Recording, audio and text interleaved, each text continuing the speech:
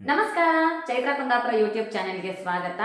So ನಾನಿವತ್ತು ಒಂದು ವಿಶೇಷವಾಗಿರುವಂತಹ ತರಕಾರಿಯ ಜೊತೆಗೆ ಬಂದಿದ್ದೇನೆ. ಈ ತರಕಾರಿಗೂ ಉಡುಪಿಗೂ ಬಹಳ ವಿಶೇಷವಾಗಿರುವಂತಹ ನಂಟಿದೆ. 400 ವರ್ಷಗಳ ಹಿಂದಿನ ಇತಿಹಾಸ ಇದೆ ಈ ತರಕಾರಿಗೆ. ಅಷ್ಟೇ ಅಲ್ಲ, ಈ ತರಕಾರಿ ಉಡುಪಿ ಜಿಲ್ಲೆಯಲ್ಲಿ ಬಿಟ್ಟರೆ ಜಗತ್ತಿನ ಬೇರೆ ಎಲ್ಲೂ ಸಿಗೋದಕ್ಕೆ ಸಾಧ್ಯ ಇಲ್ಲದೆ ಇರುವಂತಹ ಒಂದು ವಿಶಿಷ್ಟವಾಗಿರುವಂತಹ ತರಕಾರಿ. ಬಹುತೇಕರಿಗೆ ಗೊತ್ತಾಗಿರುತ್ತೆ ಉಡುಪಿ ಭಾಗದವರಿಗೆ ನಾನು ಯಾವುದ್ರ ಬಗ್ಗೆ ಹೇಳ್ತಾ ಇದ್ದೀನಿ ಅಂತ. ಸೊ ಅದು ಇದೇನೆ ನೋಡಿ. ಎಲ್ಲ ಪ್ರಶ್ನೆ ಕೇಳ್ಬೋದು, ಉಡುಪಿಯವ್ರು ಅಲ್ಲದೆ ಇರೋರು ಪ್ರಶ್ನೆ ಕೇಳ್ಬೋದು, ಇದೇನಿದು ಬದನೆಕಾಯಿ ತಗೊಂಡು ಹಿಡ್ಕೊಂಡು ತೋರಿಸ್ಕೊಂಡು ನೀವು ಜಗತ್ತಲ್ಲಿ ಬೇರೆ ಎಲ್ಲೂ ಸಿಗಲ್ಲ, 400 ವರ್ಷದ ಇತಿಹಾಸ ಇದೆ ಅಂತೆಲ್ಲ ಹೇಳ್ತಿದ್ದೀರಲ್ಲ ಅಂತ ಹೇಳ್ಬೋದು. ಬಟ್ ಈ ಬದನೆಕಾಯಿ ನಿಮ್ಮೂರಲ್ಲಿ ಸಿಗೋ ಬದನೆಕಾಯಿ ಥರ ಅಲ್ಲ. ಯಾಕಂದರೆ ನೋಡಿ, ಇದರಲ್ಲಿ ಒಂದು ಸ್ಟಿಕ್ಕರ್ ಇದೆ ನೋಡಿ, ಮಟ್ಟುಗುಳ್ಳ ಬೆಳೆಗಾರರ ಸಂಘ ಉಡುಪಿ ಅಂತ. ಸೊ ಈ ಸ್ಟಿಕ್ಕರ್ ಇರುವಂಥ ತರಕಾರಿ ಇದು. ಈ ಸ್ಟಿಕ್ಕರ್ ಯಾರು ಬೇಕಾದರೂ ಅಂಟಿಸ್ಬೋದು ಅಂದರೆ ಖಂಡಿತ ಇಲ್ಲ. ಈ ಸ್ಟಿಕ್ಕರ್ನ ಬೇರೆ ಬದನೆಕಾಯಿ ಮೇಲೆ ನೀವು ಅಂಟಿಸೋಕ್ಕಾಗೋದಿಲ್ಲ. ಯಾಕಂದರೆ ಇದನ್ನು ಉಡುಪಿಯಲ್ಲಿ ಮಟ್ಟುಗುಳ್ಳ ಅಂತಾರೆ, ಕೆಲವರು ವಾದಿರಾಜಗುಳ್ಳ ಅಂತ ಕೂಡ ಕರೀತಾರೆ. ಸೊ ಮಟ್ಟುಗುಳ್ಳಕ್ಕೆ 2011ರಲ್ಲಿ GI ಟ್ಯಾಗ್ ಸಿಕ್ಕಿದೆ, ಅಂದರೆ ಜಾಗತಿಕವಾಗಿರುವಂತಹ ಐಡೆಂಟಿಫಿಕೇಶನ್ ಸಿಕ್ಕಿದೆ, ಜಿಯೋಗ್ರಫಿಕಲ್ ಐಡೆಂಟಿಫಿಕೇಶನ್ ಅಂತ ನಾವು ಹೇಳ್ತೀವಿ. ಅಂದರೆ GI ಟ್ಯಾಗ್ ಇರೋದು ನಮ್ಮ ಉಡುಪಿ ಜಿಲ್ಲೆಯಿಂದ 10 ಕಿಲೋಮೀಟರ್ ಒಳಗಡೆ ಹೋದರೆ ಅಲ್ಲಿ ಒಂದು ಮಟ್ಟು ಅಂತ ಊರು ಸಿಗುತ್ತೆ, ಅಲ್ಲಿ ಮಾತ್ರ ಬೆಳೆಯೋದಕ್ಕಾಗುವಂತಹ ಬದನೆಕಾಯಿ ಇದು. ಇದರ ಬೀಜವನ್ನು ತಗೊಂಡೋಗಿ ನೀವು ಬೇರೆ ಕಡೆ ಬೇರೆ ಮಣ್ಣಲ್ಲಿ ಬೆಳೆದ್ರೆ ಇದರ ಟೇಸ್ಟು ಇದು ಬರೋದಿಲ್ಲ. ಹಾಗಾಗಿ ಇದಕ್ಕೆ ಜಿಯೋಗ್ರಫಿಕಲ್ ಐಡೆಂಟಿಫಿಕೇಶನ್ ಇರುವಂಥದ್ದು.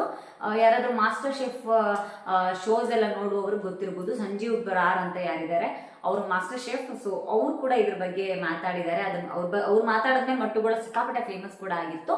400 ವರ್ಷಗಳ ಹಿಂದೆ ವಾದಿರಾಜ ತೀರ್ಥರು ಇದರ ಬೀಜವನ್ನು ಕೊಡ್ತಾರೆ. ಅಲ್ಲಿಂದ ಆಚೆಗೆ ಮಟ್ಟು ಅನ್ನೋ ಊರಿನ ಜನ ಇದನ್ನ ಬೆಳೆಯೋದಕ್ಕೆ ಪ್ರಾರಂಭ ಮಾಡ್ತಾರೆ ಅಂತ ಹೇಳ್ತಾರೆ. ಇದರ ಹಿಂದೆ ಸುಮಾರು ಕಥೆಗಳು ಕೂಡ ಇದೆ.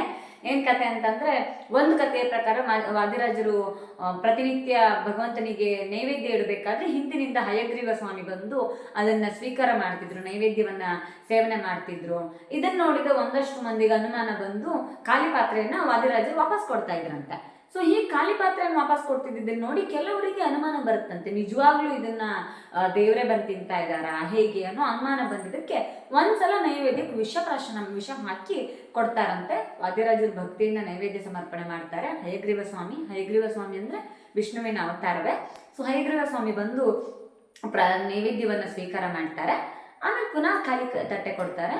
ಆಶ್ಚರ್ಯ ಆಗುತ್ತೆ, ನೋಡಿದ್ರೆ ಕೃಷ್ಣನ ವಿಗ್ರಹ ನೀಲಿ ಬಣ್ಣಕ್ಕೆ ತಿರುಗಿರುತ್ತಂತೆ.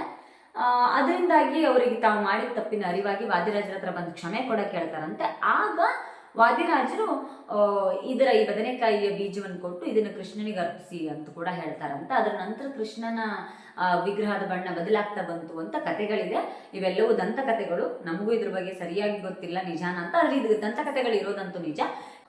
ಇನ್ನೊಂದು ಕತೆ ಹೇಳೋ ಪ್ರಕಾರ ಒಂದ್ಸಲ ವಾದಿರಾಜರ ಕುದುರೆಗೆ ವಿಚಿತ್ರವಾಗಿರುವಂತಹ ಕಾಯಿಲೆ ಬರುತ್ತಂತೆ. ಆ ಕಾಯಿಲೆ ಬಂದಾಗ ಕೃಷ್ಣನೇ ಕನಸಲ್ಲಿ ಬಂದು ಬಂಗಾಳ ಕೊಲ್ಲಿಯಿಂದ ಒಂದು ಬದನೆಕಾಯಿಯ ಬೀಜಗಳನ್ನು ತಗೊಂಡ್ಬಂದು ಇಲ್ಲಿರುವವರಿಗೆ ಕೊಟ್ಟು ನಡೆಸಬೇಕು, ಅದನ್ನ ಪ್ರತಿ ವರ್ಷ ಬೆಳಿಬೇಕು ಅಂತ ಹೇಳ್ತಾರಂತೆ. ಸೊ ಇದು ಒಂದು ದಂತಕತೆ. ಆ ಬದನೆಕಾಯಿನ ಬೆಳೆದು ಅದನ್ನ ಕೊಟ್ಮೇಲೆ ಕುದುರೆ ಗುಣ ಆಯಿತು ಅಂತ ಕೂಡ ಹೇಳ್ತಾರೆ. ಈ ಥರದ್ದು ಸಾಕಷ್ಟು ಕಥೆಗಳಿದೆ. ಕಥೆಗಳಿಂದ ಆಚೆಗೆ ಇದು ಜಿಯೋಗ್ರಫಿಕಲಿ ಐಡೆಂಟಿಫೈಡ್ ಆಗಿರುವಂಥ ಬದನೆಕಾಯಿ. ಜಗತ್ತಿನ ಬೇರೆ ಎಲ್ಲೂ ಇದನ್ನ ಈ ರೀತಿ ಬೆಳೆಯೋದಕ್ಕೆ ಸಾಧ್ಯ ಆಗೋದಿಲ್ಲ. ಹಾಗಾಗಿ ಇದನ್ನ ಮಟ್ಟು ಅನ್ನೋ ಪ್ರದೇಶದಲ್ಲಿ, ಅಂದ್ರೆ ಸ್ವರ್ಣ ನದಿ ಮತ್ತು ಉದ್ಯಾವರ ನದಿಯ ನಡುವಿನ 500 ಎಕರೆ ವಿಸ್ತೀರ್ಣದಲ್ಲಿ ಮಾತ್ರ ಇದನ್ನು ಬೆಳೆಯೋದಕ್ಕಾಗುತ್ತೆ. ತುಂಬಾ ಅಳಿವಿನಂಚಿನಲ್ಲಿತ್ತು. 2014ರ ನಂತರ ಇದನ್ನು ಉಳಿಸ್ಕೊಳ್ಬೇಕು ಅನ್ನುವಂಥ ಹೋರಾಟಕ್ಕೆ ಮಟ್ಟು ಅನ್ನೋ ಊರಿನವರು ಇಳಿತಾರೆ.